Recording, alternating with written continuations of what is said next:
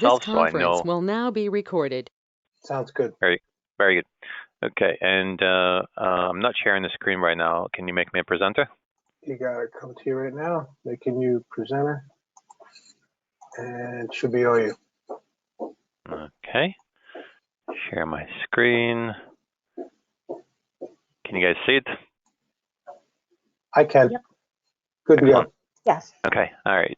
Today's session is, I think, second most critical session in Blue Cherry ERP system. Yesterday we had a style master. Today it's a customer master. So without styles, without customers, you cannot enter orders. You cannot do any operations. So the style master, once it's complete, customer master goes next. Customer master, typically, it's entered and it exists through the ERP. With some updates that are constantly might be happening with customers because they could be closing stores, opening new stores, updating their terms, updating commissions, updating salespeople, things like that. So normally, you would enter customers and, there's always a need. Sometimes there's a need to maintain the customer master. Okay. So I have here a diagram. If you guys can all see it. I just wanted to quickly show you how Blue Cherry organizes a customer master with some of the Blue Cherry specific terminology. So as you can see, there's an icon in the right-hand top corner that says Customer Master, and this is the original record of the Customer Master. So in this case, we're just looking at Macy's corporate office. Then, the Customer Master will have a correspondent. Alan's on. Hi, Alan. Hi. And Maxime is doing the training session. We're talking about a Customer Master setup today. So Customer Master has, it's a main record in the system. It does have connected records or related records, as we call them. It has a bill to location. Sometimes it can be a remit to location. And then there's a customer sales record, so those are individual separate records that are related to Customer Master. And that has to do, with billing and how, sales orders are being entered. And I'll cover each one separately when we come to it. For logistics, for distribution, we organize this into ship-throughs. We call it ship-through.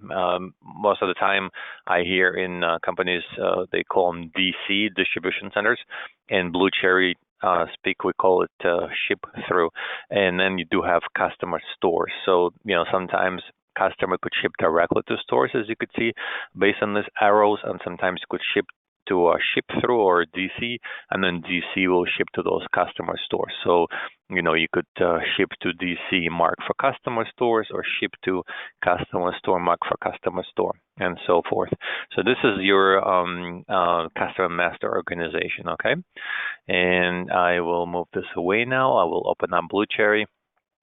Now, Alan, you just joined us. You haven't been into the training session yesterday, right? In regards to Blue Cherry navigation, and this is the first time you've seen Blue Cherry as of this moment.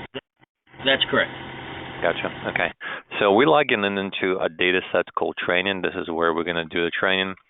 I am just logging in with my own username and password. Give me 1 second. Now, briefly talk about customer setup more. So, when you, let me just move this out of the way. When you talk about customer setup, there are some questions you normally want to answer. And David, when we start preparing for Customer Master loads or manual entry, however you guys are going to do this, there are some things that we need to think about. For example, you need to determine the structure of your customer type, and when I say customer type, you could talking about customer like a specialty or closeout customer, e-commerce customer, wholesale customer, boutique, department stores and things like that. So we need to think about how the customer type is going to be organized. We also need to think about how we're going to give, just like with the Style Master. Style Master have style number codes. Same thing with the customer. Customer does have a code as well. How are we going to name the customers? So we're going to keep same name and convention as Navision does, or we're going to rename them? Are we going to use numbers or alpha characters? So this is an important topic to discuss and think about. You also, when you're setting up customers, you could think about, do any of the customers have like a parent-child relationship? And when we're talking about that, it could be, something like having a customer who is, if you guys sell to Macy's, for example, or Bloomingdale's, they are, even though they're separate customers, however, they all could be grouped under one umbrella of federated stores. So that's, a relationship we might think about as well. Then sometimes it's important to know and understand, when the customer is making a purchase from you, especially for EDI purposes, does the customer use UPCs? Does it use style names that you guys are providing to them, or do they have their own SKUs and their own UPCs that they're going to be buying with, and you have to set those up? We call them customer styles and customer SKUs. You need also to get her contact information. So, for example, if you set up a customer, you might want an option of generating an email invoices automatically on a daily basis. So you would have to have, contact name, phone, email address of a person in accounts payable, where you are going to be sending emails with invoices to. You need to know if customer has separate billing addresses. Sometimes they do have to, for the most part, everybody is using one bill too, but I'm sure there are some cases when customer can have multiple stores, and each store has its own bill to address, and then you would have to set up different bill to addresses as well. Then the departments. Sometimes customer has multiple departments. In the apparel business, a lot of sales that go into, just if we talk about Macy's again, they go to men's department, women's department. So many times these departments, and I'm sure Rose, you're familiar with this, when the EDI comes in, they usually have the department number on the EDI, and that department number has to come back on invoice 810 or the ASN 856. So it's important to have those departments set up in the system as well. And Alan, for your purposes, credit checking. So that's important to understand, how we're going to set up the limits for a customer, factor setup and all that stuff. So we'll talk about that today as well. Okay. So those are the things, these questions we need to answer as we are setting up our customers. So again, we're talking about, the customer tables will begin with mandatory records, which is, for at the minimum, you should have a customer master set up, as I said before. Then you need to have a customer bill to. You need a customer sales record. Those are records you're going to need to have in order for you to start selling to a customer. And then there's a few more that we'll talk about. The discretionary don't need to exist, but again, you might want to set it up to create your report and categorize customers, make sure your customers are separated into certain types and so forth. Okay, so I'll begin this session with with some of the preliminary setups that are needed for our customer master. And the first setup, as I mentioned before, is a customer type. So, Alan, if you haven't done the navigation before, so what we normally do is we look for a screen where we could do our entry. To find a screen, we would click on this arrow here. And there's a magnifying glass where we could click on and could start typing what we need to find. So I am going to look for something that's called type. As you can see, there are a ton of records that are found, but we're specifically looking for the one that says customer type. I'm going to double click that record, and it opens up as a separate tab in Infinity, and it's presenting us with a filter where we could basically click apply and see what we find. So we found a couple of records right now. We have a DPT for a department store, AMAL for a mall store, specialty store, website store. So those are, customer types that have been so far set up in Blue Cherry. However, if you guys, and they could have, by the way, their own GL codes. If you want to, report in your GL by customer types. I think there's some kind of feedback on the phone from somebody. Maybe you guys can mute your phone. So. Yeah, can everyone mute their go-to meeting? It's the green button, and once it will become red. And then when you're ready to speak, just put a green. Okay. Thank you so much. I think the noise stopped. So today, in preparation for this training, I asked David to give me one customer to set up. We're going to be working with BBB, Bed Bath and Beyond, and so in my mind, this customer type is a department store. If you guys have a different idea, do you currently separate your customers? Then you could tell me what that type would be. But this is typically what I would set up BBB as. And let me see if I could delete this record. If it's not used anywhere, we could delete it and create a brand new one. Yes, we can. Okay, so we'll start with clicking New. And I would type a customer type. So customer type is a code, and it's a 3 alphanumeric characters. So I would, again, I would probably use DPT, and then I would give it a description. And description in my case would be department stores. Okay, so and you could have as many no GL at this level. Repeat that again, Alan. I apologize. We're not going to do GL codes at the. Gotcha. Okay. Yeah. So we're not going to be doing GL codes for customer types. Excellent. So and you have that set up.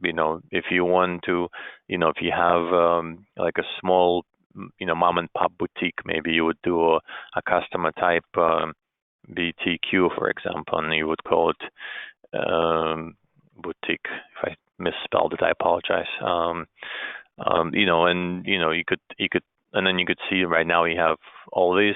You could potentially create more. Again, this is a decision you guys have to make on customer type references. But in my case, for BBB, for the time being, I'm going to use DPT, which is a department store. Okay. So next step, once the customer's type is set up, we can close out this tab, and we can start entering the actual customer master. So I'm going to go into search screen again and type customer master. And again, as I mentioned yesterday, you do have a customer master and a customer master standard. So standard has basically every single option that's presented to you, and customer master is a modified screen that has less options, and you probably are going to have your own customized screens going forward. But for the time being, for training purposes, I'm going to use standard that has every single option on it. Okay, so I am going to double click on that screen. If I do click on apply just to see what we currently have, I found one customer record here for Bob's specialty store. Okay, so I'm not going to worry about that record. This is something that we probably set up for testing purposes. I am going to create a brand new one. So I'm going to click new. And as you can see, this whole screen of different options is here for me, and we'll begin with enter in customer code. So customer code, it's, as I mentioned before, it's a 7 alphanumeric characters. You could use codes that are currently set up in Navision. I don't know what Bed Bath & Beyond is set up as. Maybe it's a number, maybe it's something else. But I will, again, for the sake of training, I will just code BBB, if that's okay with you. All right. So that would be my customer code. I would hit tab, and the next thing, it's asking me for customer name, and this is where you would put their name. So I am going to type Bed Bath and Beyond. Okay. And we would go tab again. And in here, we would, we see that it's asking us for a parent. So, parent code is optional.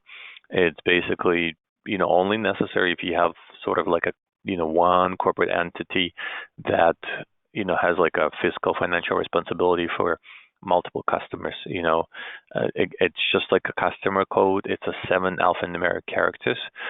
And it's basically, it's for informational purposes only. So I don't think Bed Bath & Beyond has any parent. So I'm going to just skip that field, okay?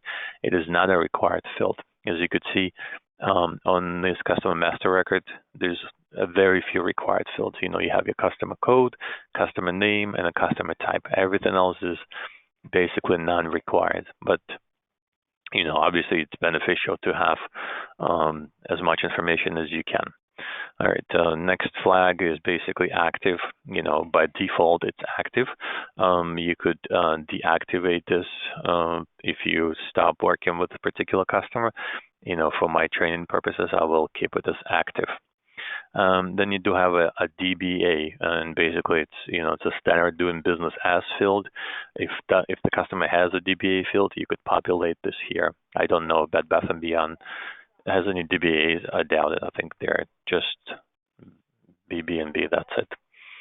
Okay. So I'm going to switch to the next field, and next field is a required field, and this is basically our customer type. It's required. Now, Alan, one thing to notice, each field that has a lookup function, or what we call the zoom function, has this glasses here, and if you right click on this field or hit F2 key, right? So two options, F2 or right click, you are presented with whatever choices you have in the underlying table that's connected here. So, so if you remember, we went before the customer type, and if we right click now, all these customer type records that we saw before are presented to us. So I am going to pick the customer type DPT, which is a department store, and enter it here. Then we do have a customer URL. It's for reporting purposes only. If you want to enter it, we can. I believe for Bed Bath & Beyond, it's basically, Bed Bath and Beyond. Ooh, why did I put you here? .com. Okay. We're going forward. Then call allocation. So this is basically it's informational purposes field, only used for reporting, nothing else. It's used with customers that have like call for appointment or call for routing sometimes, and you would basically put in how many days in advance to call this customer for routing or appointment instructions. It could be left as 0. If you want to, if you know how many days exactly that is, you could definitely enter it here. And you could, just create reports on this or print out some information for your employees to make sure that, that populate somewhere, and pick tickets, for example, for your warehouse instructions saying, oh, for this order to ship, you need to call the customer and make your route and appointment. Exclude freight flag. So that's an important flag here. I always recommend not to check this flag, because if you are checking this flag, you're going to be basically suppressing any freight charges calculations from all different processes in Blue Cherry. For example, EDI 810 invoice is one of them. So if you hit this flag, exclude freight, then once you generate your 810 and you do bill freight for this particular customer, you are not going to be calculating that freight. You're going to be suppressing that freight. So only check that flag on if you are not calculating or billing freight to this customer. Okay, so that's an important flag to think about. Lead is basically, again, for reporting purposes only. It's lead time is basically a number of days required to fulfill the order, to ship the order to a customer. So sometimes customer gives you an order, as an example, and they give you a start date. They ship this order, or they don't tell you like a start date, but they give you a cancel date. Make sure this order gets to me by March 30th, for example. So if your lead time is 1 week for this customer, 5 days, then you know that your start date for this customer might be like March 22nd or something like that. So lead time, again, just informational purposes, doesn't have any functionality to it. Next field here. So again, I'll leave this blank. If you guys want to fill this out for any of your customers, by all means. But I'll leave this blank for our testing, for our training. Old customer. So this field here is basically an old customer code in your old system. For example, if you're, let's say in your old system, you call this BBB customer 1005, so you might enter this number here, 1005, just to cross-reference your reports. If you decide to use a different coding convention, you would use old customer code here, and then your reports could be cross-referenced, and because sometimes people do that. They change customer codes when they switch from one system to another system. But again, I don't know if we're going to be doing this, but for the time being, I'm going to leave this blank. Going on to the next field, you have customer UDF1 and customer UDF2. So, Alan, in Blue Cherry language, UDF is a user-defined field. What it is basically, it's any optional information that you could put here. You could put anything you want about this customer. That's not that you don't have a choice for in any of this other fields. And you can rename this field. On that UDF, can you map that into anything, or is that for informational purposes only? Yeah. So basically, a lot of times people, when they use forms as an example for a particular customer. So, for example, you could have an invoice, and this specific customer wants you to put, some kind of a code that you don't have any other place to put in. Then you could basically say, yes, I want my UDF field to be printed out on the form in a very specific place, and we could map that field to the form. Or if we are going to be doing any exports or imports for customer master, absolutely we could map this. So that's a use for it. So it's again, any of these fields, if we do ever come to a point that we do need to customize existing Blue Cherry forms, we could take those fields out and we could map them out on the forms and produce information there as well as reports, right? So all of that information can be presented, reported on, and shown to you. Yes? Does that answer your question? Great. Okay. Yeah. And you can rename this field. Actually, everything in Blue Cherry can be renamed. So instead of calling it customer UDF1, you can call it customer special account number, or something like that. And then when your team enters customer masters, they know exactly what to put in that field. Okay, and same thing goes for customer UDF2. So you do have, and by the way, it's a 20 alphanumeric characters you could enter here. absolutely optional. And as you could see, there's no lookup. So there's no zoom on this. There's no lookup. So you could enter basically anything you want. No validations whatsoever. All right, moving on, resale number. So this customer is tax exempt. And they give you like a tax exempt resale number. You could put that number here. I don't know if Bed Bath & Beyond does have a number, and they provided it to you. If yes, we could enter it here. But for now, I'll skip this. Next box here, I skip on to it's a tax exempt box, and the question is it yes, no? The answer would be you would enter here yes, no, or preserve. So we need to know if the customer is tax exempt or not. So again, Alan, I'm sure you know your customers, and if you're going to be charging tax to your customers. I would assume that Bed Bath & Beyond is not taxable customer. So I would enter it as N here. Or again, you could, since you see the glasses, you could basically hit F2 and you could find whatever options are present. So I would enter no. Now, if you were to enter, I'm sorry, I misspoke. So we do want to say yes because this is a tax exempt customer. So we are not charging tax. However, if we do enter N, saying this customer is not tax exempt, then Blue Cherry can calculate taxes when you create an invoice for this customer. The taxes will be calculated. Now, we could slightly, we could talk about taxes a little bit. Blue Cherry has tax resolution tables that can be set up and maintained.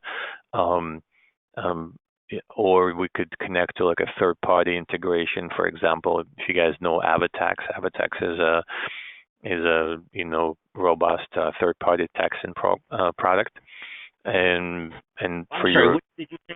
Avalara? Avalara or Avatax. Yeah. Avalara or Avatax, yeah. Yeah, how's your connectivity with Avalara? Yeah, we do work with that's Avalara. Probably where we're going to go. Okay, yeah. So definitely there's connectivity to Avalara. But if you don't calculate taxes for Bed Bath & Beyond, I'm going to say tax exempt is yes here. Okay. Moving on. Next field here is invoice form. So we do have a global default for invoices for invoice forms that is set elsewhere, not on this customer master screen. However, some customers require specific customer invoices. They say my invoice has to be, has to have my logo on it and something that's very specific to me. So then if that's the case, then we would create that invoice form for you, or if we do have it in the library, we could use it and input that form number here so that every time you print out an invoice for this customer, if it's a non-EDI customer, this invoice is used. So it's basically sort of like an exception from the global default, okay? All right, moving on to the next field here. Insurance. So this, but just an FYI, Alan, I talked about this yesterday, but I'm just going to repeat that for you.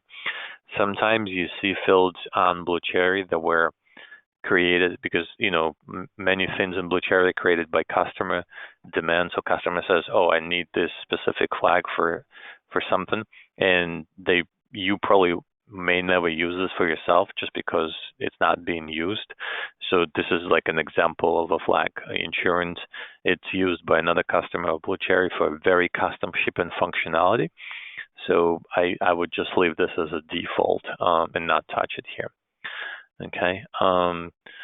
So moving on to the next flag, it's channel, again for reporting purposes only. Let's see if anything is set up here. There's nothing. But you see, if there's no underlying table, when you have glasses and you hit F2 and it comes up, there's no records, means nothing has been set up. So channels usually, again, reporting purposes only, could be something like retail, web, wholesale. So those are, different channels that you sell into this customer. So I would, again, I'm not sure if we're going to be breaking this down. I think channels are something we want to import into our accounting package. So those would get a GL. Okay, absolutely. Yep. So, if we were to set up, if we were to click on channel here, right, and click yes, we can definitely add a new record, and it does have a channel code, a channel description, and a GL code for that as well, right? So, do you have any idea in mind right now, Alan, what channels you would set up? Yeah, it's going to be like e-commerce, domestic, inventory shipped out of our warehouse, imported inventory, something we have called POE. About half a dozen of them. Yeah. I see. And those will all be, referenced to a GL account, like a sub account, so number. So I think then we might want to look into, when we start looking at sales order entry, there's different sales order types, and we might possibly, as opposed to breaking down customers into those channels, we could create different sales order types, and we could say this sales order is a POE, or this sales order is, a domestic, something like that. So I'm not quite sure if we're going to be breaking down customers, because from what I remember, same customer, for example, a BBB in the Vision system is set up 3 times, BBB, IMP, BBB. Correct. Yeah, so I don't think we want to be doing that here. I think we just want to have one single customer record with no I agree. multiple channel types here, but rather separate your transactions by sort of order type or something like that. As long as that's possible, that's fine. And we don't absolutely. have to set it up 3 Absolutely. times. Absolutely. All right, so then I won't set up here on any channels. Again, we could, if we start thinking about it, if we decide we need to do it, we could always do it. Moving on from channels, so this is a GL code. So I don't think you're going to be maintaining GL codes by customer. So I'll probably skip that.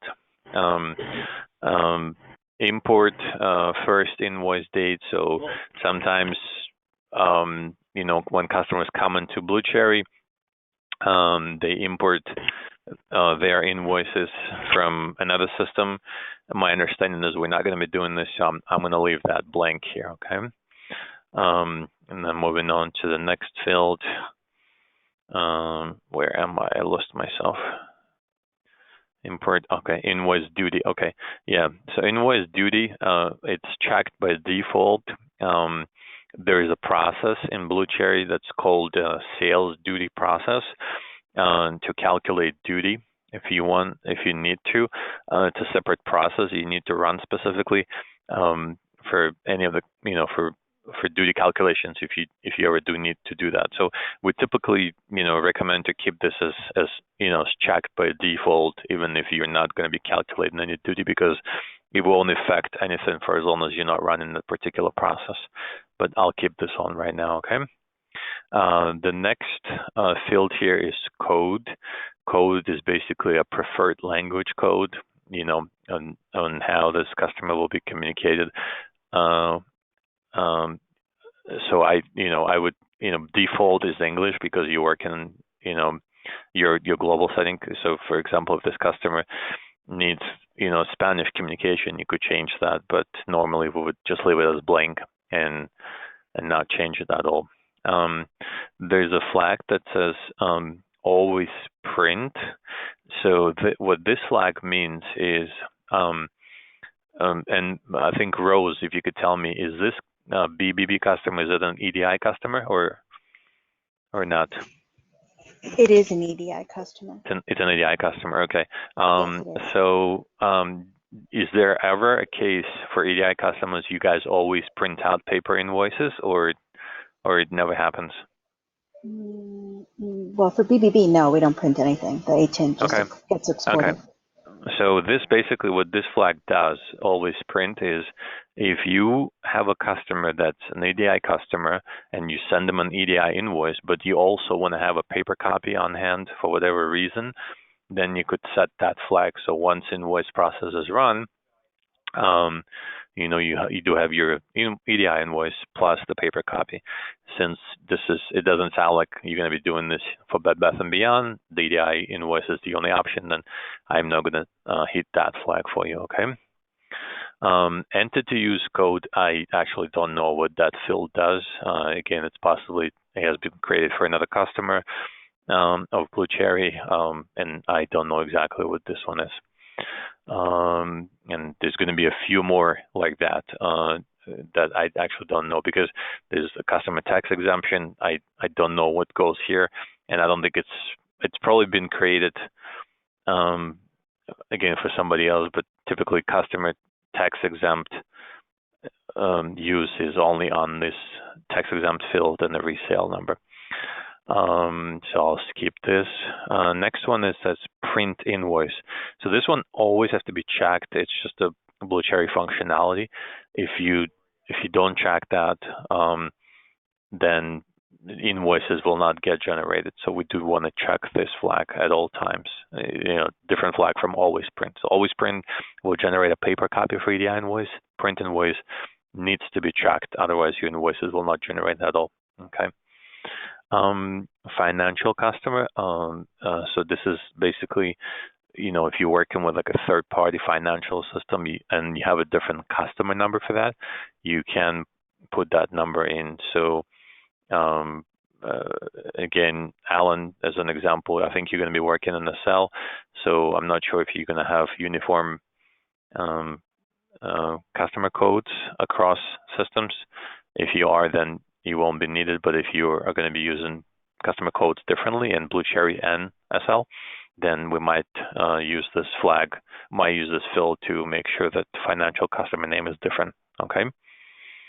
GXS account number, it's only used for GXS catalog. You guys use, I believe, QRS catalog, so we don't need to worry about this field here. Global location number, it's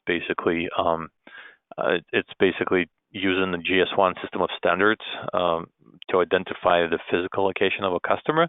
However, again,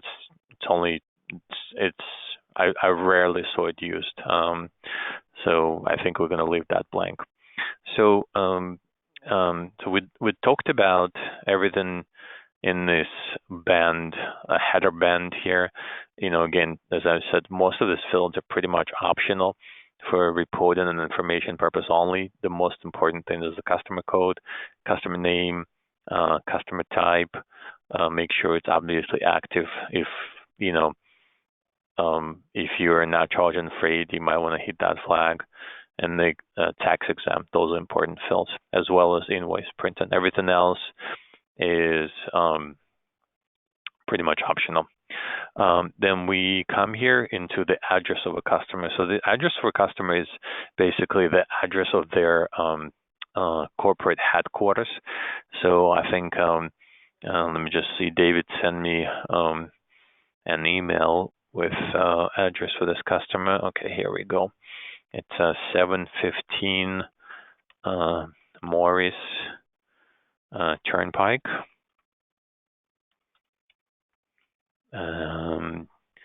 Springfield, New Jersey.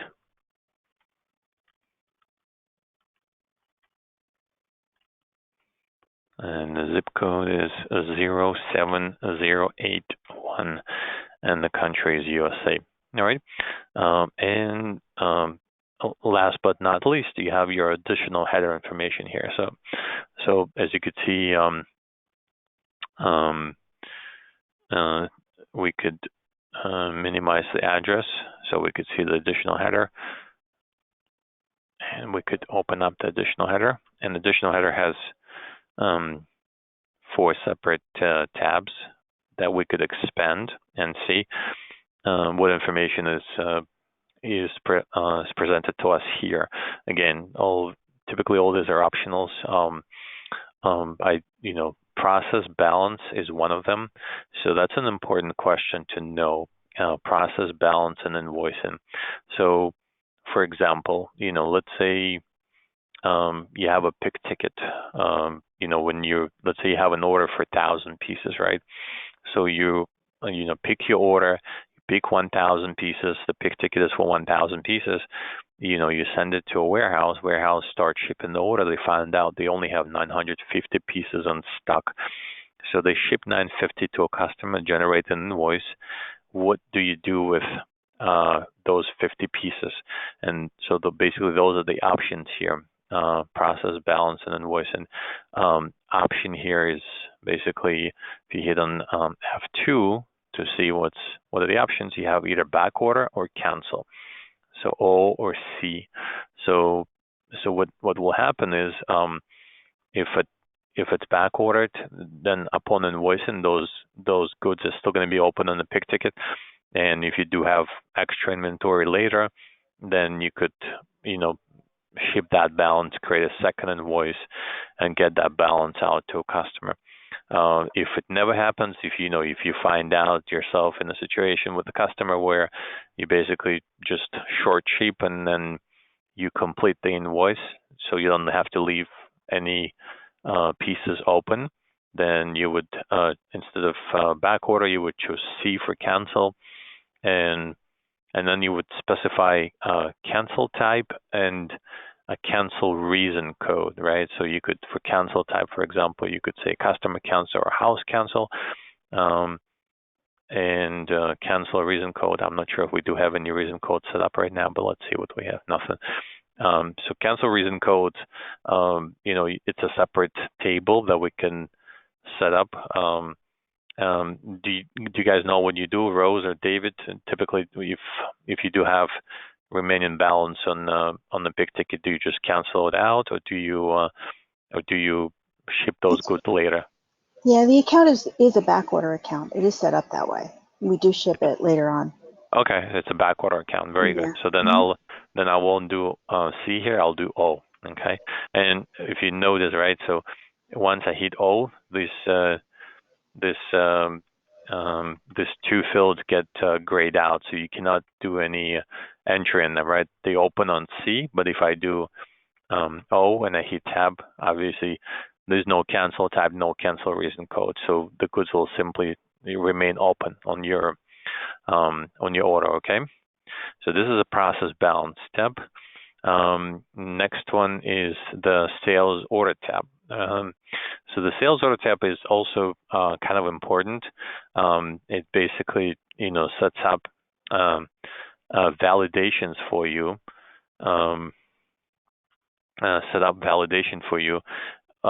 When you do enter sales orders for this particular customer.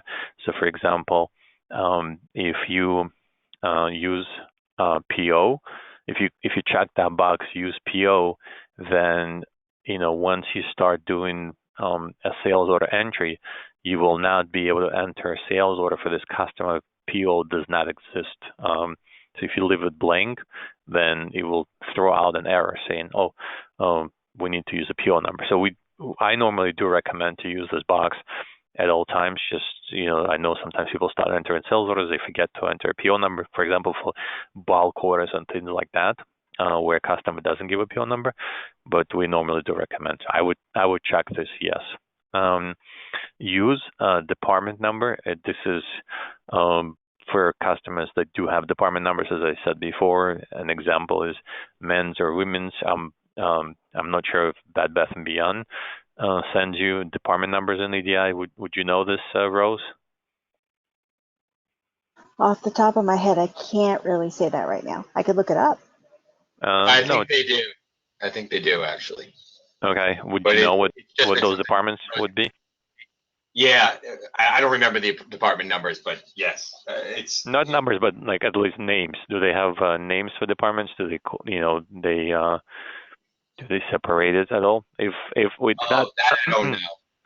I see it on the sales report, so I'm guessing it's probably in the EDI also. But I'm not sure. Yeah. So how about this? I'll click this right now. We'll create a couple of customer departments for Bed Bath & Beyond. maybe we could look it up on Google. If not, I'll just create, fake accounts, fake departments. We don't need to worry about that right now. But I'll make this mandatory. When you say departments, are you speaking about like product types, like table, curtain? I found it. We are 706 and 705. They do send it, and the department name, whether it's either table textiles, kitchen textiles. I see it I'm looking at the report right now. Very good. Yeah. Okay. So I'm going to make a note. 705 is for table and 706 is for kitchen textiles. Correct. Very good. Okay. So we're gonna make that mandatory for this particular customer. And Alan, to answer your question, no, this is not product classification here. This is specifically customer using department numbers sometimes, because in their own organizational structure, they have department numbers that have different salespeople, or they have different buyers that work. So for example, again, in your own business, you might have people coming in from the table textiles department, and they're only going to be looking at your table textiles. Or tomorrow you might have an appointment with kitchen. I got it. Right. Okay. So that's customer classification, not your product classification.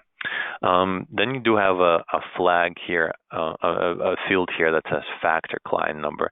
So actually, we do have a separate place for factor to put in. This here is just a reporting information. So you can enter it, but I suggest to leave this blank because factor setup is actually done on a totally different screen, and we'll talk about it as we go through this training today. Okay, so I'll leave this blank for this customer. Location, it's basically a default ship from location for your sales order. To remind, I know everybody's been knows about it. So all locations in Blue Cherry, they're either contractors, vendors, or warehouses.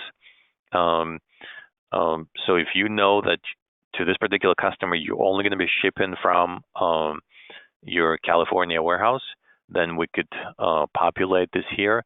If it's going to change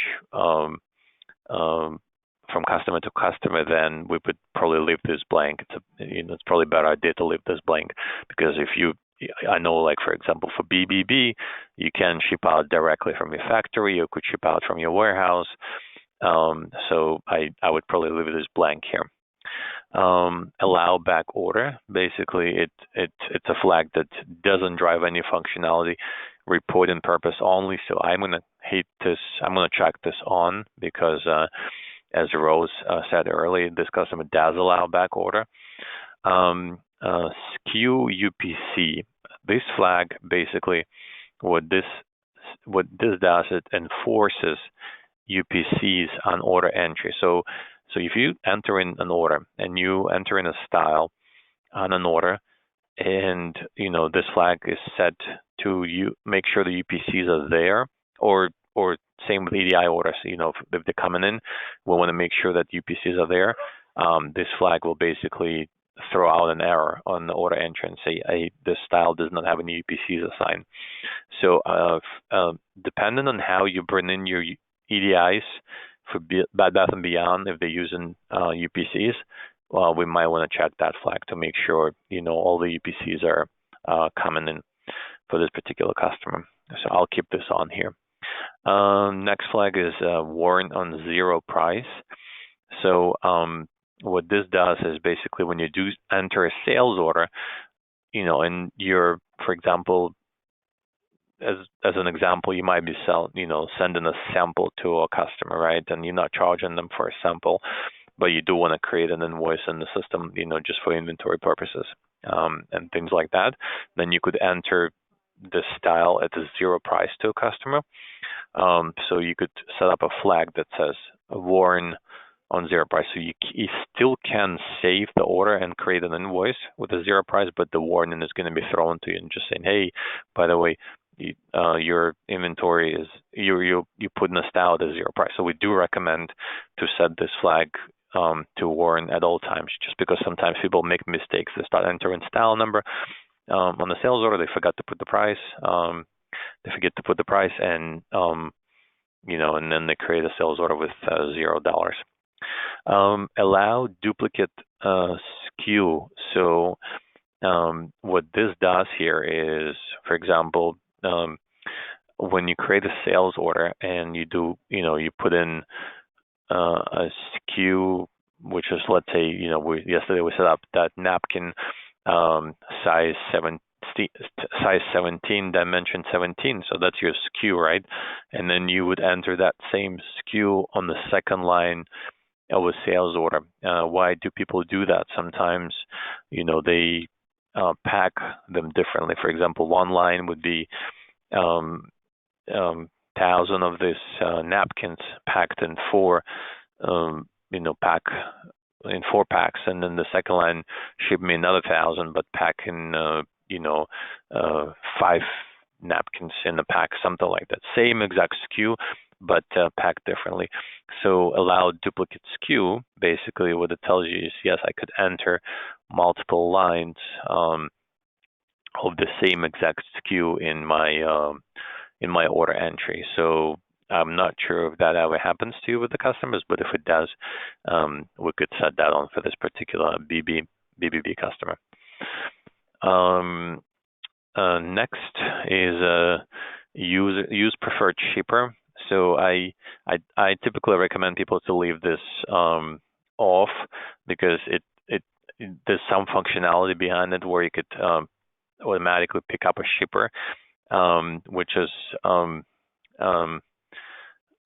a preferred shipper for a customer. We do have a separate setup for shippers in Blue Cherry with routing setup. I do recommend to use routing setup for any customer to indicate what shipper to use, and we'll cover that. We'll cover that in additional training. But so I recommend to use preferred shipper as a no.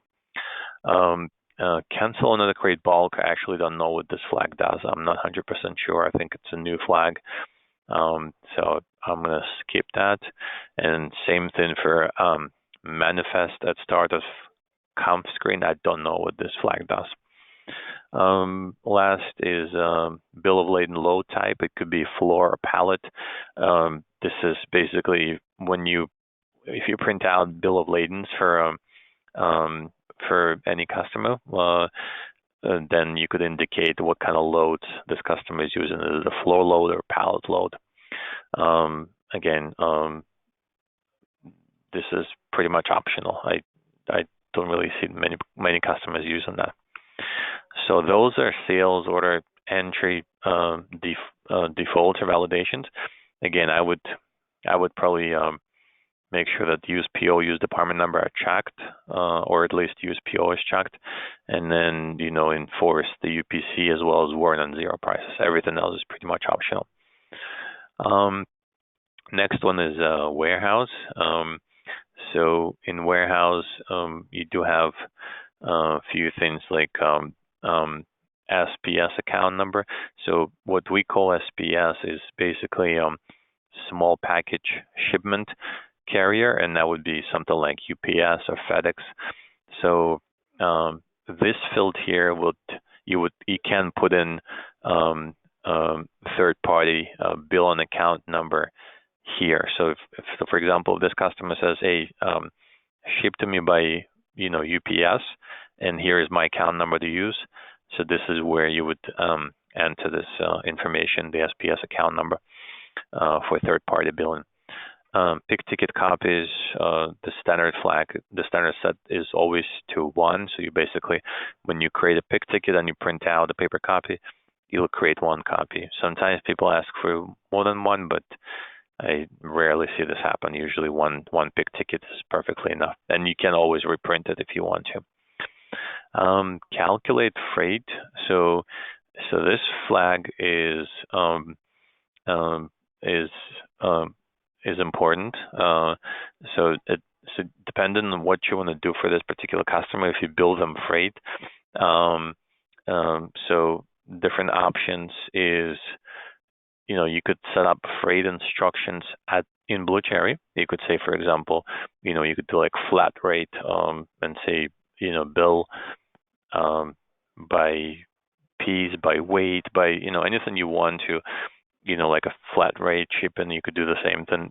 So this freight resolutions could happen, and if that's the case, you would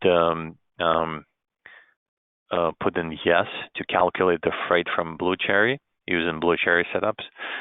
Second option is to put in no, and that's what I'm going to do. And basically, what that does is it, whatever freight charges are being passed from like your UPS, World Chip software, FedEx software, those are the freight charges that are going to be passed into the invoice for this particular customer. So we're basically telling Blue Cherry is not going to calculate this, but UPS and FedEx will, and we're going to pass those charges to a customer. SPS bill code, it's basically you have two options here, whether it's we could set up, for example, whether it's a third-party bill or bill collect. So if this is set up, then again, we would use it in conjunction with SPS account number. Next field is you're telling, you're setting up what bill of lading to use for this customer. Again, normally we do have a global setting for bill of ladings. Some customers do ask for a very specific bill of ladings for them. Just as an example, for example, Nordstrom, I know they use a slightly modified bill of lading form,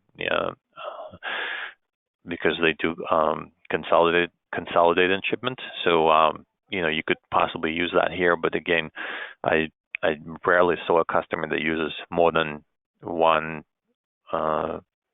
generic bill of lading.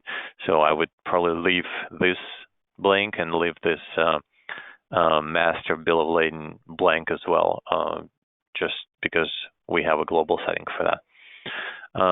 Shipping manifest, same idea. If you do print out a shipping manifest, we have a global setting for that, or we could set it up by customer. And FDI subsidiary code, I don't know what that flag is. I'm not 100% sure. So I would just leave this blank. Probably been set up for somebody else at some point. Last thing on the customer master is a wave badge management, and this is used with our warehousing system, AWS system.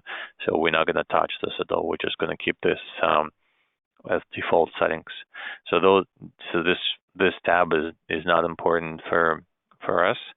The only first three are of the importance: process balance, sales order, and warehouse.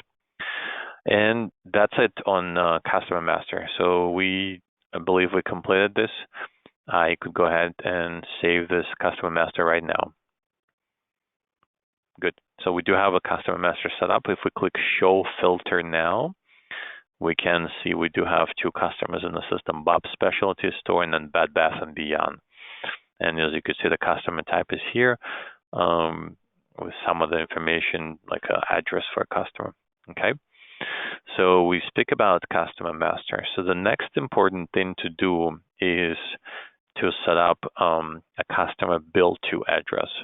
And, it could be exactly same address. Sometimes people, use their corporate headquarters as a bill to address. However, we still do recommend to set that up. Couple of ways to do this. First, you could go inside that record. So you're on BBB, and in the ribbon on top here, you have what's called related information. If we click on related information, we could see all related menus that are basically connected to this customer stores, customer bill tos, ship through. To remind you, ship through is a DC. Customer sales reference, remit to address, routing instructions, AR customer reference, credit reference, and credit card information. So if I click customer bill to location, this is where I can set up this particular customer bill to. Another way to do this, again, go back to our search option here, and I would just type BILL 2, and then I could, it finds me my customer bill to location. So either way, it's fine. Normally if you are in Customer Master and you're setting up the customer from scratch, I would probably just jump right here into related information, go into here. So customer bill to locations, right? I click it here. It says there's no results. Basically what that means is it doesn't find anything in the system right now. Would you like to add a new record? Yes, please. Let's add a new record right now. So, and this is our customer bill to, right? So as you can see, we jumped from Customer Master tab into Customer Bill to tab. So separate screen, empty right now. So we're gonna enter this. So for customer code, we could again look this up by hitting F2, but I'm sure we remember this. I could type BBB. That's our customer code. It's basically just a link to Customer Master record.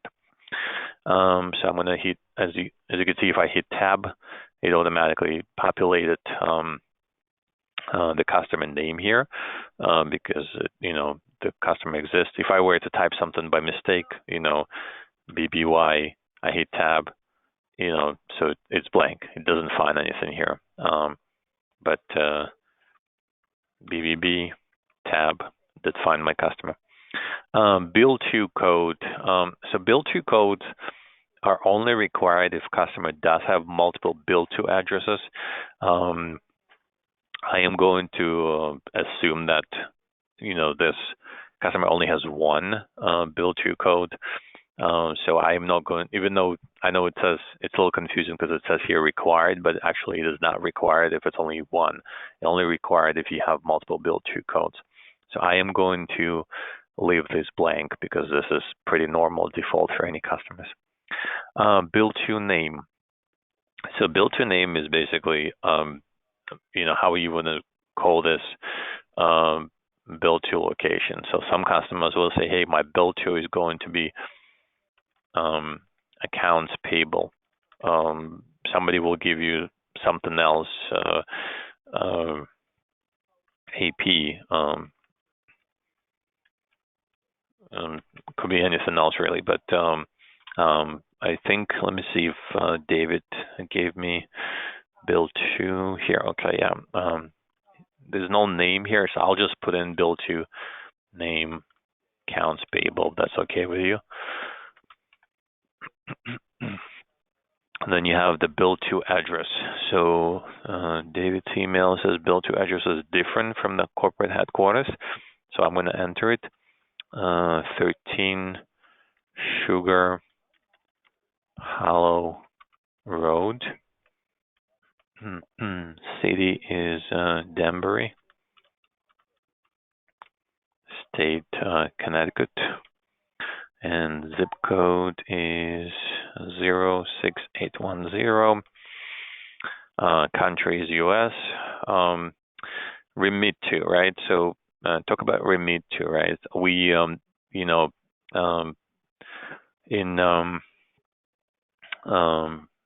our BPR, we discovered that you guys currently are with Milberg factors, and I think Milberg factor is going to be remit to for all of your customers. Nearly all of them. We're going to have about 3 of them carved out for now. Okay. So if you do have a separate remit to, which is not going to be a Milberg factor, you can do that by you could do that here, but only if it's different from the global default. If global default for the most part is going to be Milberg, then we could just leave that blank here. But for those 3 other customers you mentioned, then we could enter that remit to information here. So for BBB, is that going to be a Milberg, Alan? Yes.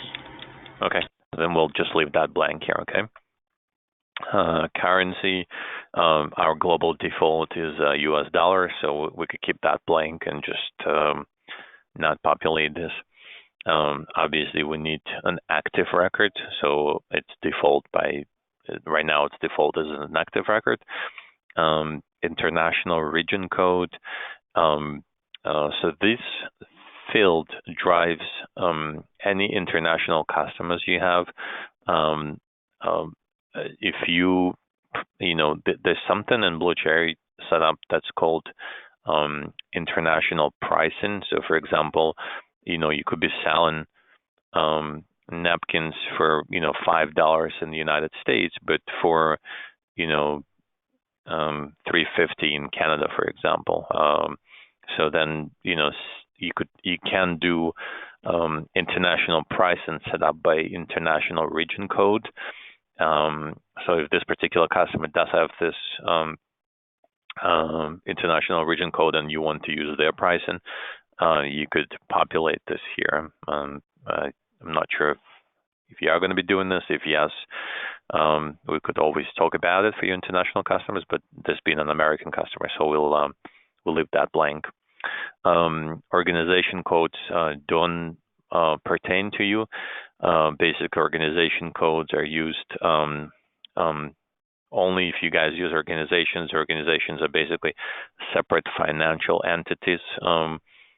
So, for example, if you had Alreen, United States and Alreen, Canada, those are different financial entities. Then you could, use them with different organization codes.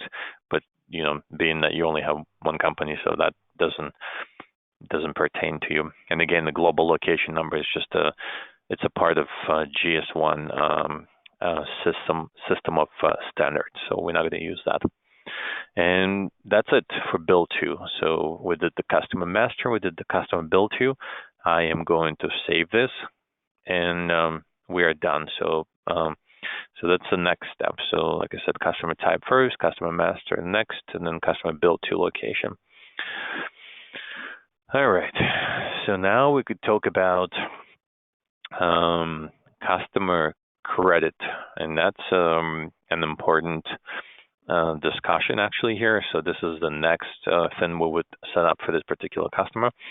Again, we could jump back into customer master and go to related information. And in here, you do have customer credit reference. And again, I would pick customer credit reference standard, just because standard will have all options available to me. Or you can do the same thing here. You could just type credit. A lot of stuff pops up, huh? Credit memo, credit, customer credit standard. Yeah, so you could do that from here as well. But I'll do it from customer master, okay? So related information, customer credit reference standard. Okay. Again, when I try to open this, it says there's no results for drill down. Would you like to add a new record? I click yes. We do want to add a new customer credit reference record. Okay. So let's talk about that. Customer credit.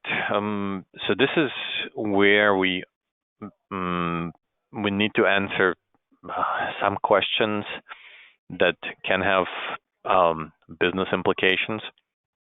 And I want to talk about it a little bit just to make sure, I think, Alan, this is for you important to understand. We do have a couple of setups in BlueCherry, and it's important to distinguish. We do have something that we call a credit check-in customer, and we also do have something that's called AR customer.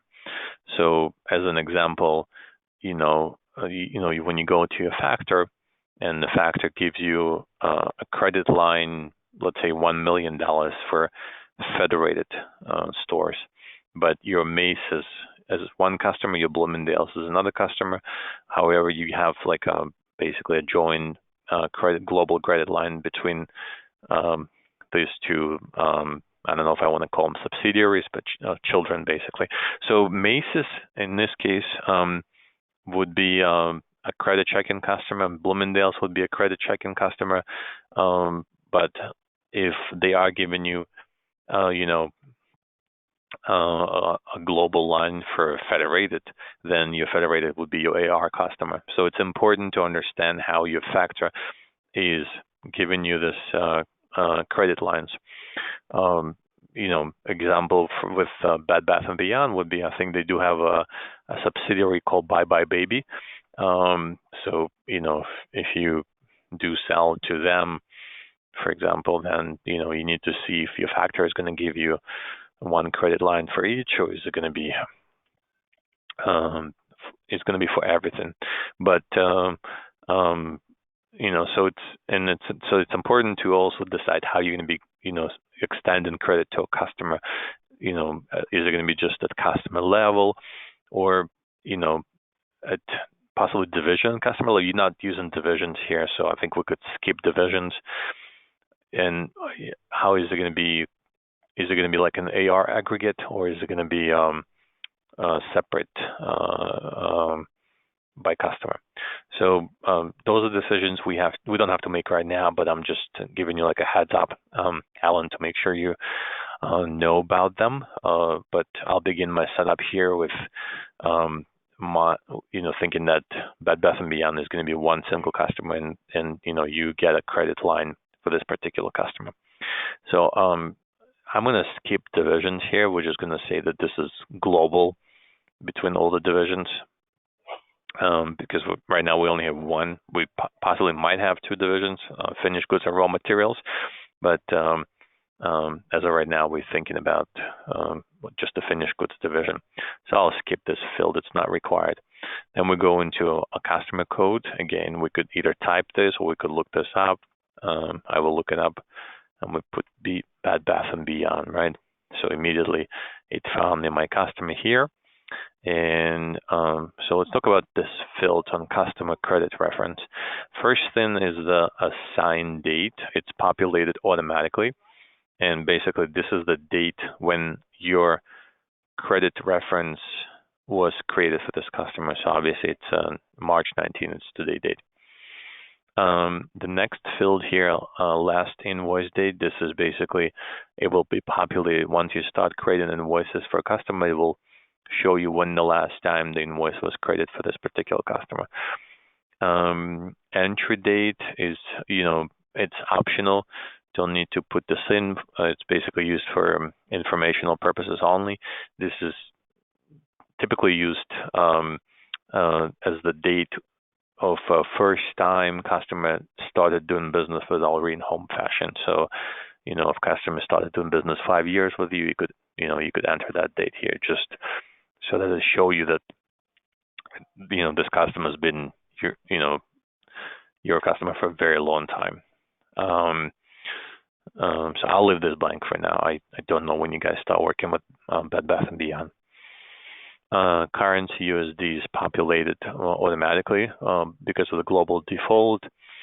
Original customer, in case your customer is, changed their name and you would set them up as a different customer code in the system, you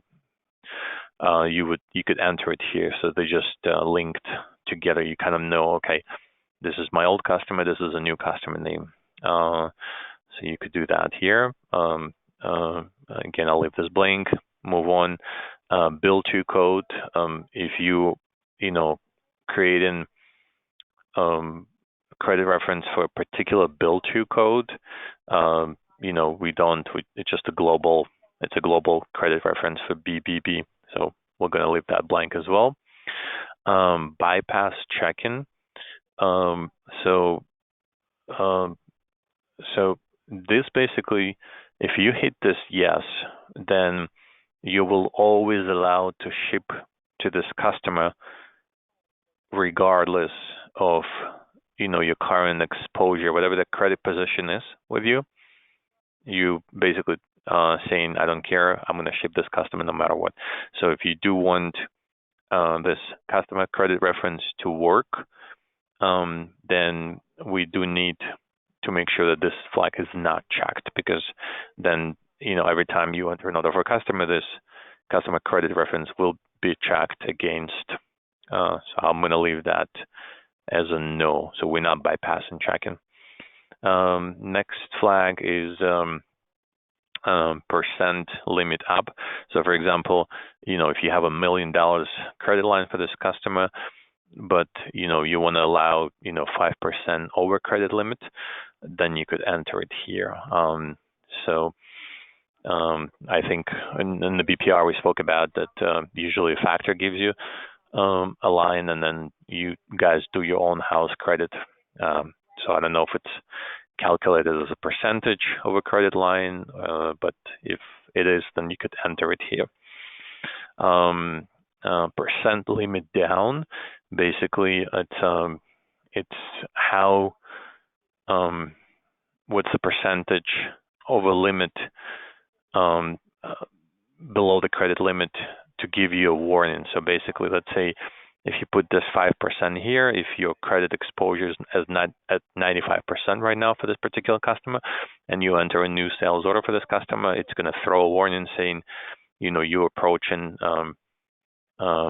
your credit limit, and then you could always go back and, talk to a customer, find out why, your credit exposure is so high, and ask them to pay some bills. Next flag, let's see, credit limit. Okay, so this is the credit line that's given to you by your factor. Let's see, I think David gave him $1 million, so I'm going to enter 1, 2, 3, 4, 5, 6. All right, so that's the credit limit for this particular customer. Going to the next field, past due period. So basically, this is set up in days. It'll basically calculate how many. If you put basically, you do have your terms for a customer, right? For example, 90 days. And then in here, you could specify how many days past that past due, you want to indicate on credit reference to make sure that, once it passes that past due period, you basically know that, this customer is, it's basically, past due with you to do this validation. So again, it's used for sales order entry. When you do enter sales orders, you could, it'll prompt you saying that, this customer is past due in the past due period right now with you, and the past due amount is such and such. So this is what the flag is used for. Limit expiration date. So basically that's your, normally what it's used for, because again, you have to find out how your factor is working with you. I know sometimes they give you a credit line in total, let's say $1 million, but many times they do give it to you for like a month, and then every month they want to review that credit. So you would basically put in that date here for a credit review. So again, let's say if you do it once a month, maybe I'm going to enter here 4/19/2019, right? So this is the next time we're going to review that credit limit. Past due amount is, it works together with past due period. If your past due amount, if your past due period exceeds so many days and past due amount exceeds a particular amount, and the customer hasn't paid you that amount, again, it's going to generate a warning on the sales order entry. So you could do, for example, in the past due period, let's say another 15 days on top of your terms, and the amount is, if it does exceed $25,000, then, the warning is going to be generated and given to you, okay?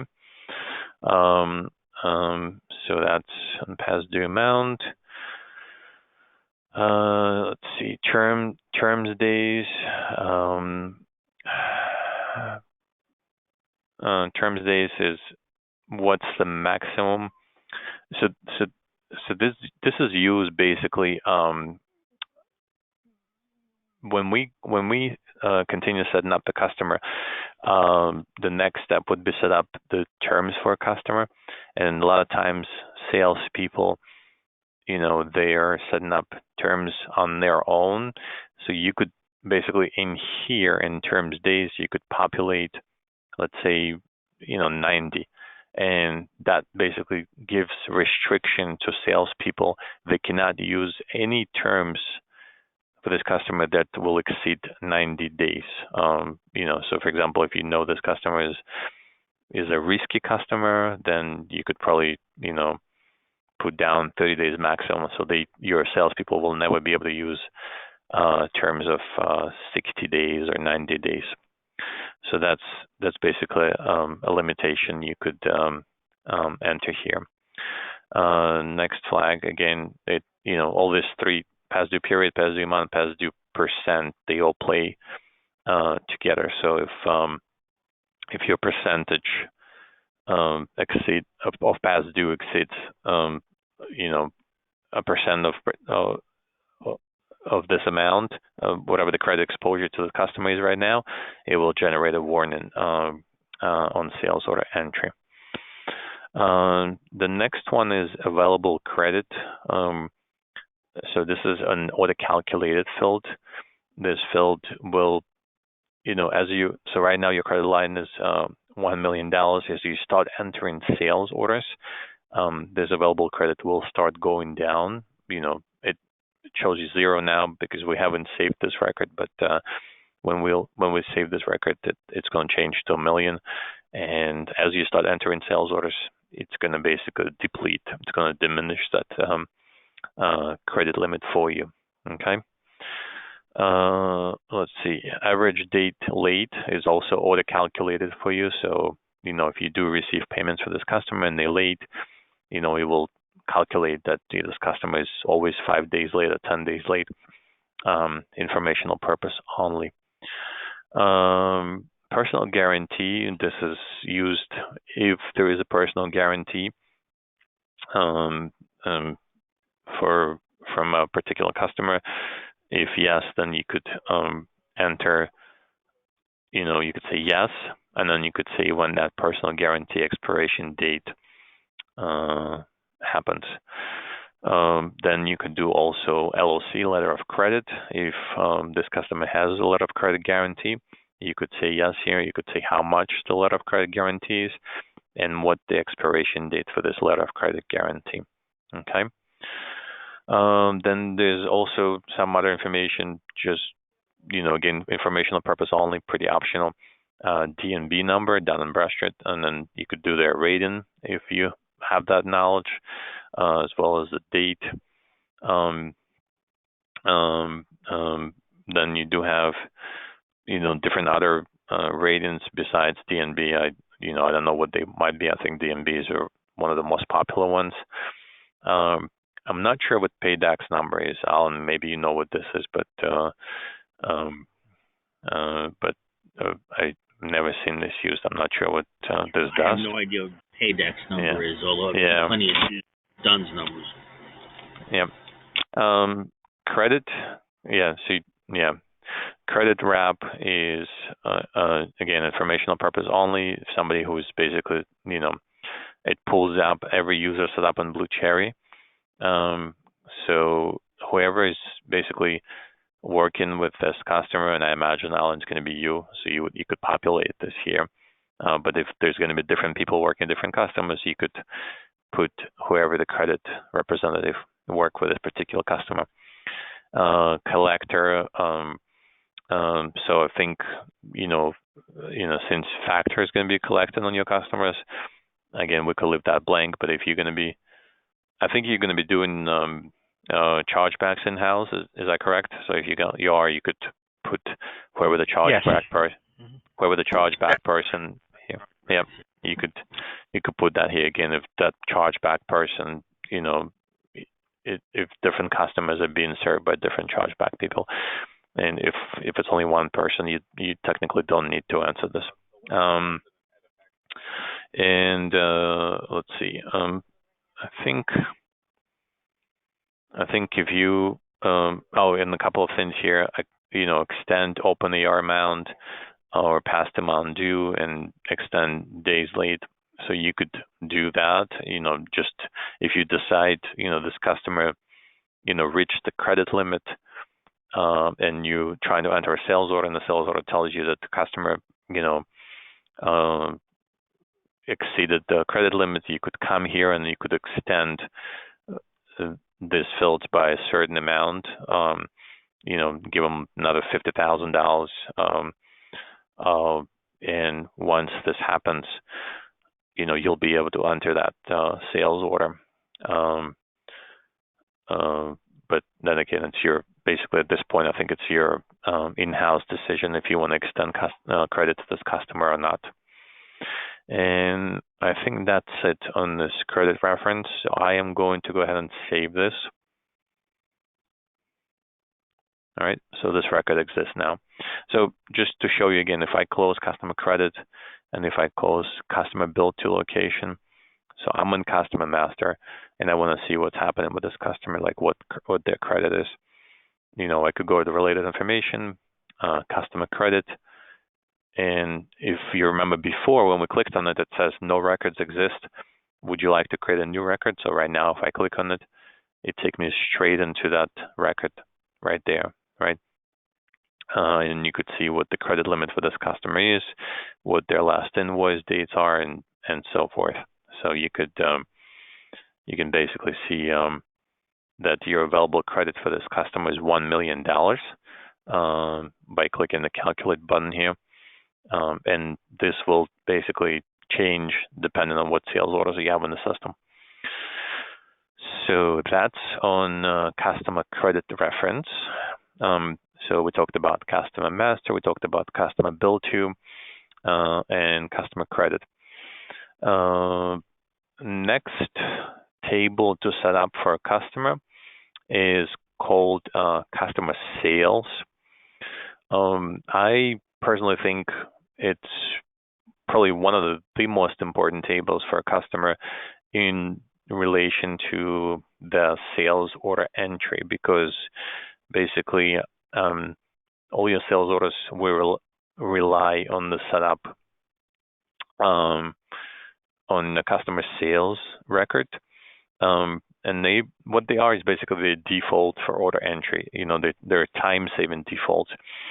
So to give you an example, the customer sales screen, what it does is basically it populates, your sales people, your commissions, the customer departments, terms, and the factor information as well. And one important thing it does, and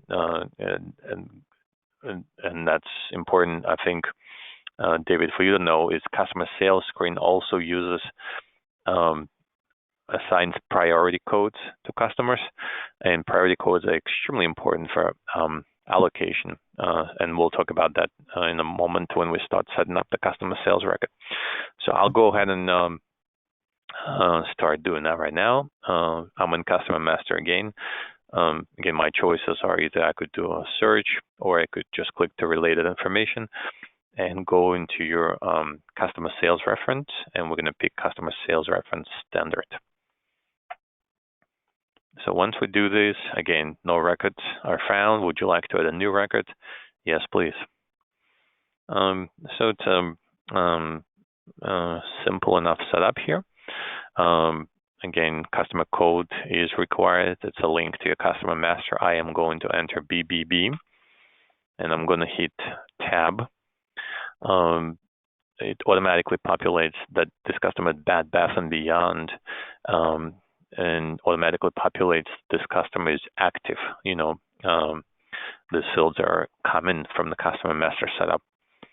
Then in here, we could basically set up, so we could have different customer sales records based on what division we're selling from. In your case, it's only one division, so we don't care about that. Or what store we sell into, because some customers might say, hey, for this particular customer, my for different store, my terms might be different. I mean, it's a possibility. Or for my department, the terms, because I've seen this before.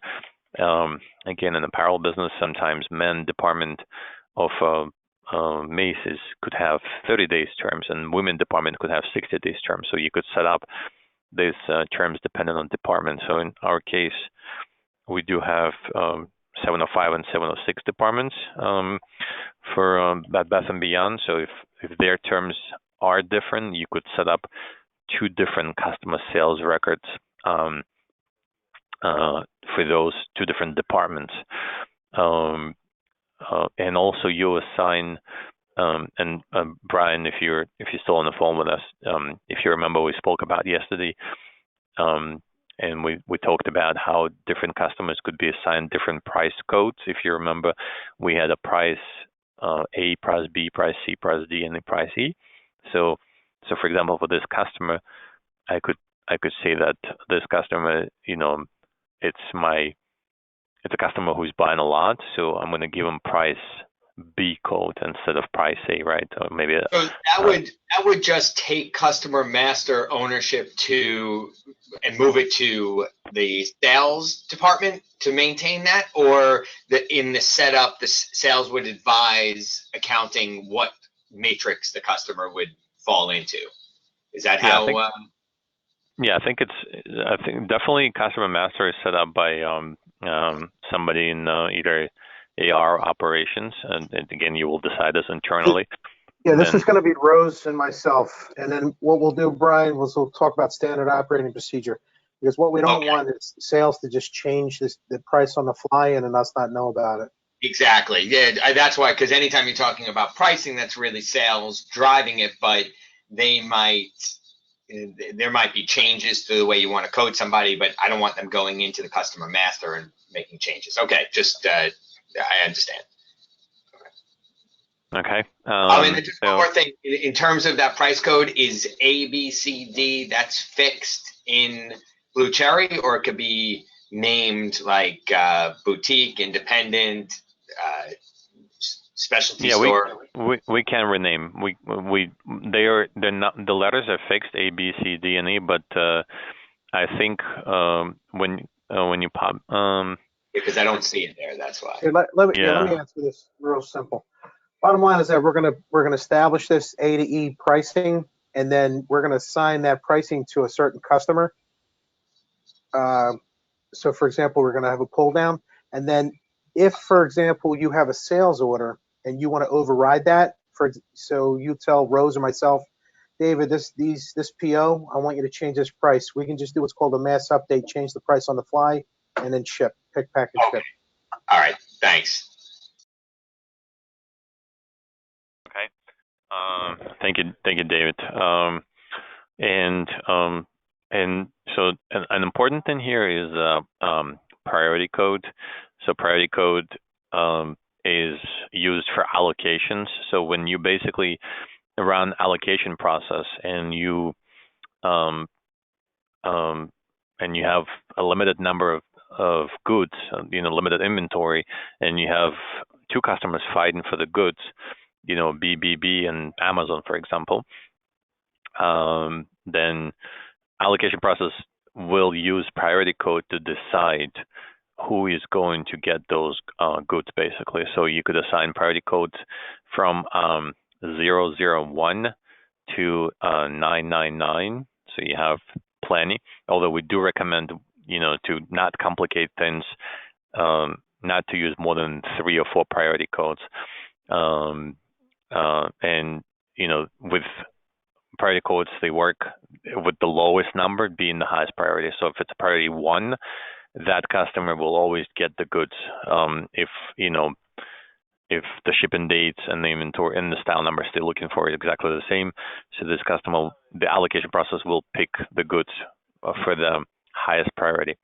So for this customer right now, I don't know what the priority code would be. Again, it's internal decision how you guys are going to prioritize your customers.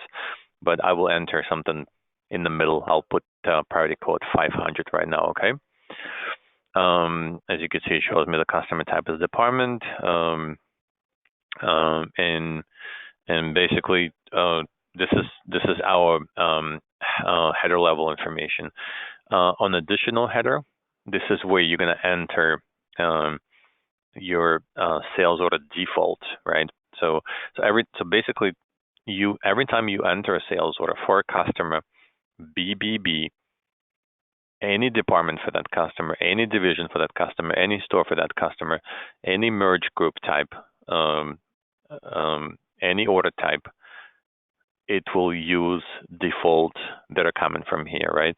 And again, you could set up multiple records by different departments, by different stores, by different merge group types, by different order types. All of that could be done.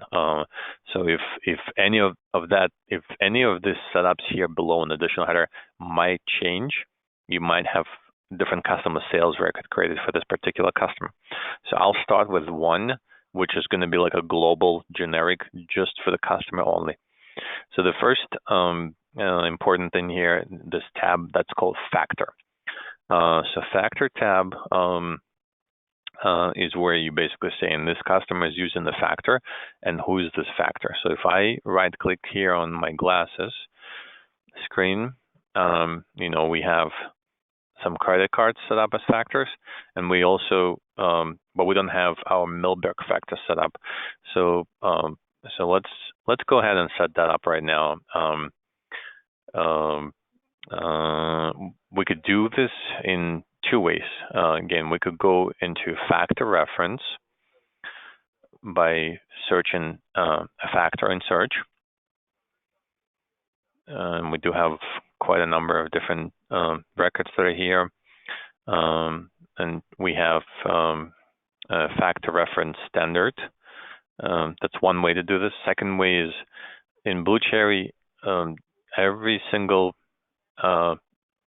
field that leads to an underlying table also has a hyperlink connected to it, so you could click on it and jump straight into that reference field. So as you could see, I'm in factor reference. It says no result. Would you like to add a new record? So let's create a factor reference here, right? And this is your factor. We have to put in a code for a factor.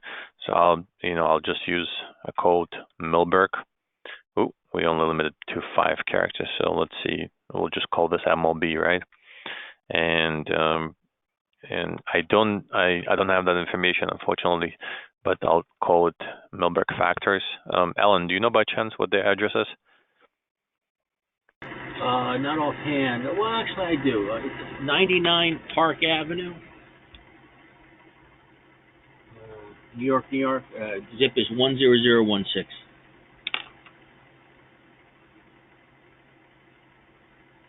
Okay, country U.S. You do for the factor code, just make it MILB. That way, it'll be the same as division for now. Very good. I know this is test. Okay. So there's a couple of things here. Credit card factor. So this is not a credit card factor. This is a regular factor. Then we do have post to EARs. So typically we don't recommend to post factor sales to EARs. I don't know if you guys are planning to do this. Alan, do you have any idea if you are going to be posting? No, we're not. We're going to bypass that. Okay. All right. So in here, so there's a field that says perform credit check, and so we want to click that flag to yes, because basically this field tells us that again, we have a credit line, right? And let's say $1 million for Bed Bath & Beyond. However, typically what Blue Cherry customers do, even though they do have a credit line, they do send orders to factor, not for approval, but just to sort of replicate their exposure. So factor knows exactly, how many how many orders they have in the system and what the current exposure is. So so this flag will basically say, hey, let's send this orders out to a factor. You do have GL code, and DAX status is used with EDI. I don't exactly.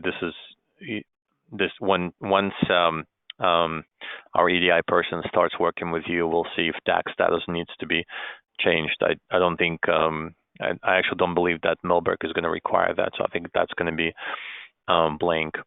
Master account number. What would we put in the GL code? What would that be there for? So I think because you're not posting your to EAR your factor data, so I don't think we need a GL code. I don't think that's master account number. So sometimes companies do have, as an example, we had a customer who is selling to United States and selling to Canada. So those different selling channels have different factor codes, and then there's a master factor code. So I don't know. I think, do you know if you only have one account number, or is there more than one? No, there should be one factor account number. Okay, so then we could enter that here as well. Expiration dates, that is, if you do send orders for approval, and they approve those orders for you, you could say that this order has been approved for 30 days or something like that. Again, it depends on the rule on how factor sets it up. But again, in our case, you're not going to be approving each and every order. You're basically working on the credit line, so these things are not important to you. Okay. So I'm going to try to save this here. Oh, invalid expiration basis. I apologize. So we need to enter expiration days, and I'm going to say so let's just do save. There you go. So we do have a factor record set up. We can close this now, and then we're back to customer sales reference. So at this point, I can pick Millbrook factor in the list, and we could basically put the client number. And what the client number here is, so each customer, when you send your invoices to Millbrook or your orders to Millbrook, will have its own client code that you either agree with Millbrook on, or they will assign some numbers to you. Again, sometimes customers, I've seen, basically they say, we are going to send to Millbrook a code BBB, and then Millbrook will cross-reference that code to their internal system, or they might say, okay, instead of BBB, send me a code 1015, and that's going to be your Bed Bath & Beyond code. So again, it depends on setup with this particular factor. So I'm just going to enter client code BBB and keep it at that for now, okay? So it's next thing it's asking me, is the order factored? So yes, we do want to send that exposure to a factor. And do we want automatically approve this order by factor? And yes, we are going to approve by factor. What this basically means is we're basically saying, hey, we're going to use factor. We're going to send order to the factor, if we want to. Again, we don't need to do it, but this flag will help us set up the process to send orders to a factor. And then order factor tells us that factor automatically approves each order. And the only thing we need to do is do that credit checking using credit reference and make sure that our orders don't exceed our credit reference there. So that's why we hit an order factor approval to yes, right? So that's what we tell them basically for each and every order that's going to be entered for customer B, B, and B. Next thing we're going to do is financial. Default credit status code.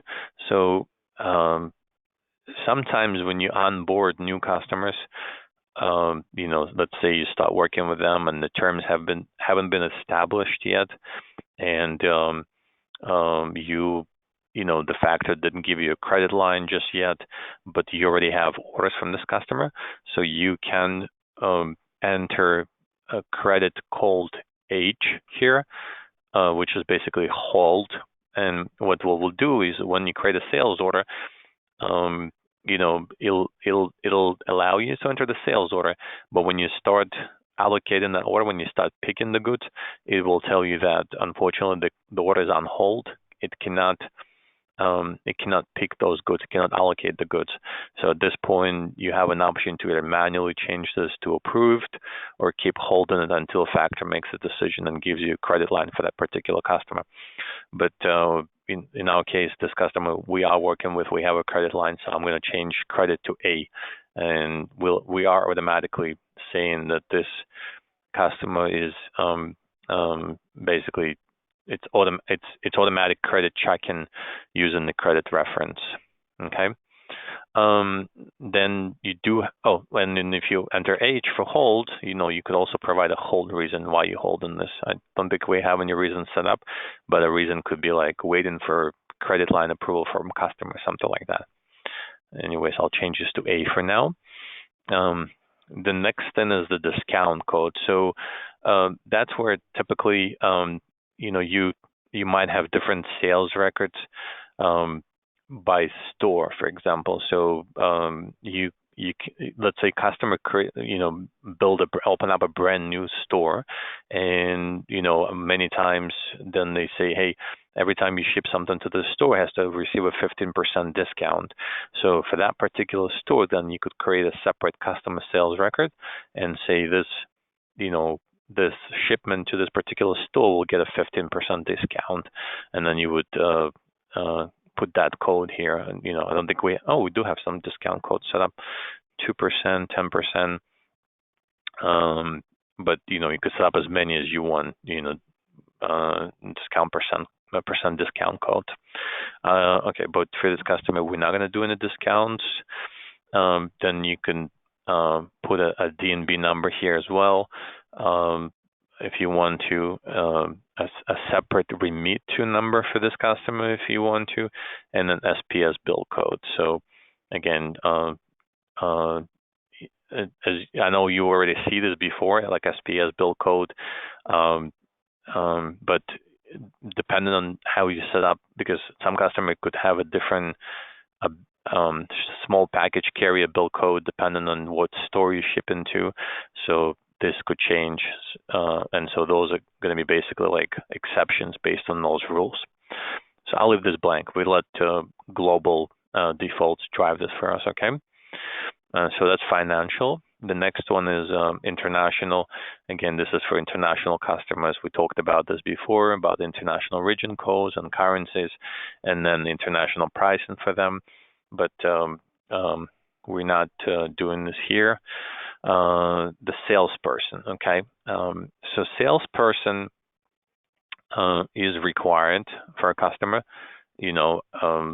I think we do have one right now set up. We call it house. Again, I think going forward, the plan is to create multiple salespeople in the company. Possibly, if you guys are going to be tracking commissions in the future. I think right now this is not the case, but you do have to enter at least one record. So if you will be tracking your salespeople, Jared and everybody else in his team, then you can put in different salespeople here. But for right now, just I'll enter the house salesperson here, right? And it's asking me what commission is salesperson house going to be getting, and in your case, you would always use this default setting of NLC, which is basically no commission. But again, if this ever changes in the future, you could always assign different salespeople to your accounts, and calculate commissions and report on these commissions going forward. So if that's ever a need to happen. So that's on salesperson. And last is the supplemental record, and this is where you assign terms to a customer. Let's see if I have any terms set up.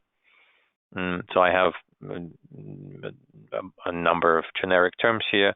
I don't know what the terms for this customer are. As an example, I'll just pick net 30 days, right? But I think actually, yeah, David told me that terms for this customer are 30 days. Yep. Again, a default location to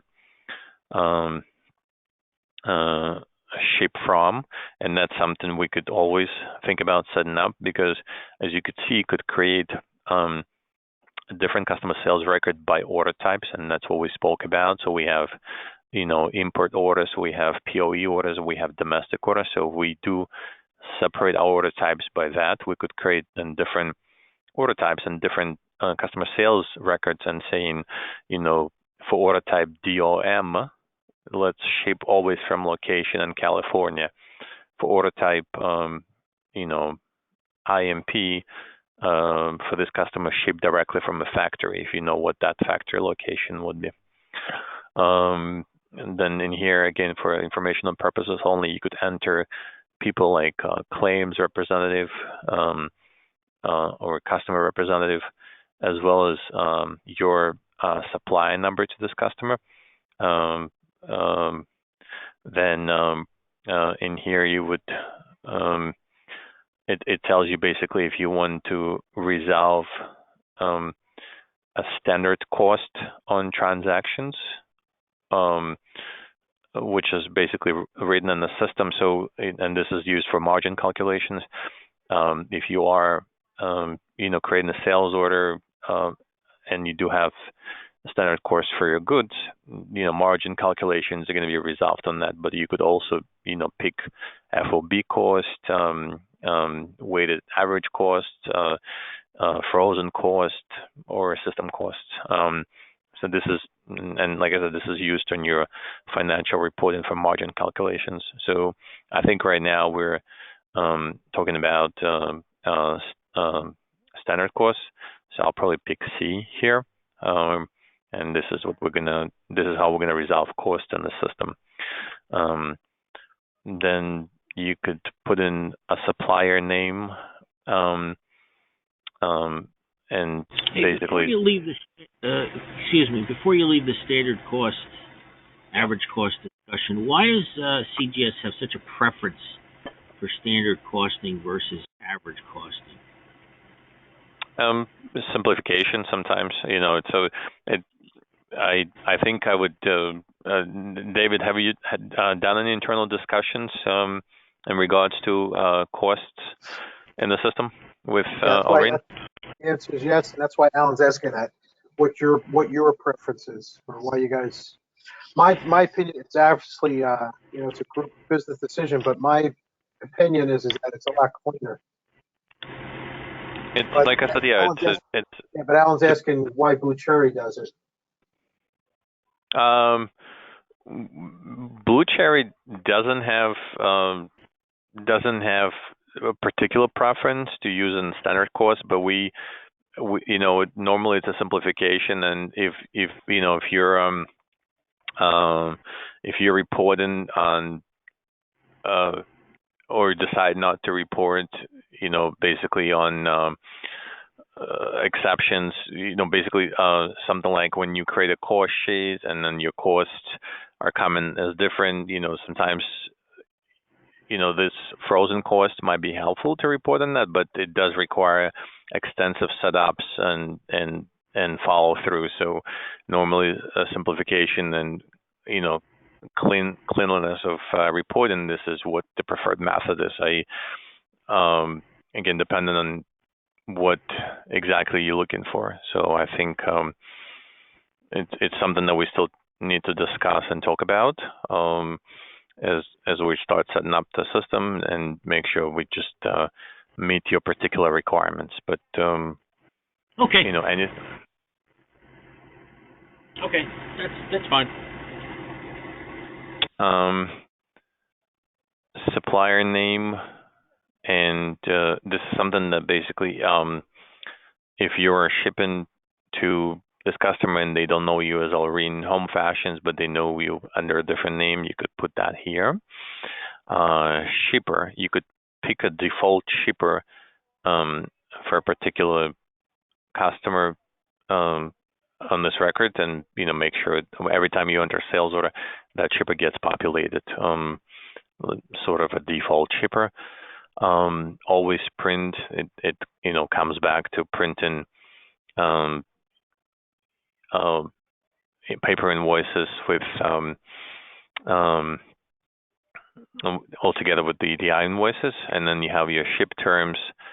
That's typically used for when you do like maybe delivery from overseas directly from a customer, so you could have some FOB or maybe LDP shipping terms, and you could choose that here.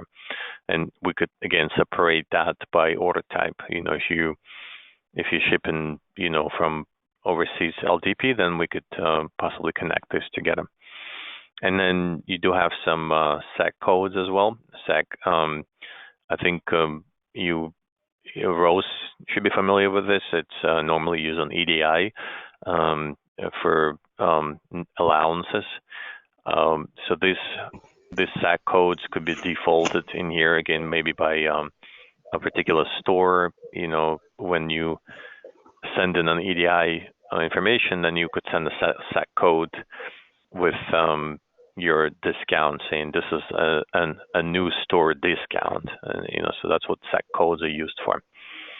And that's basically your additional header. It completes.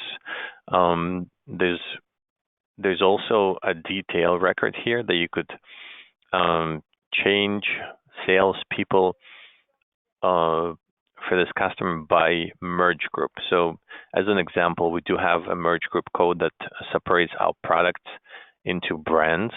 So, for example, if you have just one sales rep who is working that particular brand, for example, a V&B brand, so you could say, hey, this merge group is being used, it is being sold by only one salesperson, and maybe his commissions are going to be slightly higher because you have a better margin on this particular brand, and so forth. So you could set that up here if you do have those exceptions by merge group code. But if that's not the case, we could leave this blank. And that's basically your customer sales record. When I click save, this customer sales record is created at this point. So we did all the mandatory setups for a customer master. We basically did, just to repeat one more time, we did a customer type. For this one, we used customer type DPT, department store. We set up a customer master. We set up a customer bill to. We set up a customer credit reference, and we set up a customer sales reference. So those things are done. I think it's 11 o'clock. Are we guys taking a break now? Yeah, let's break now, and we'll resume in 15 minutes. Thank you. Thank you.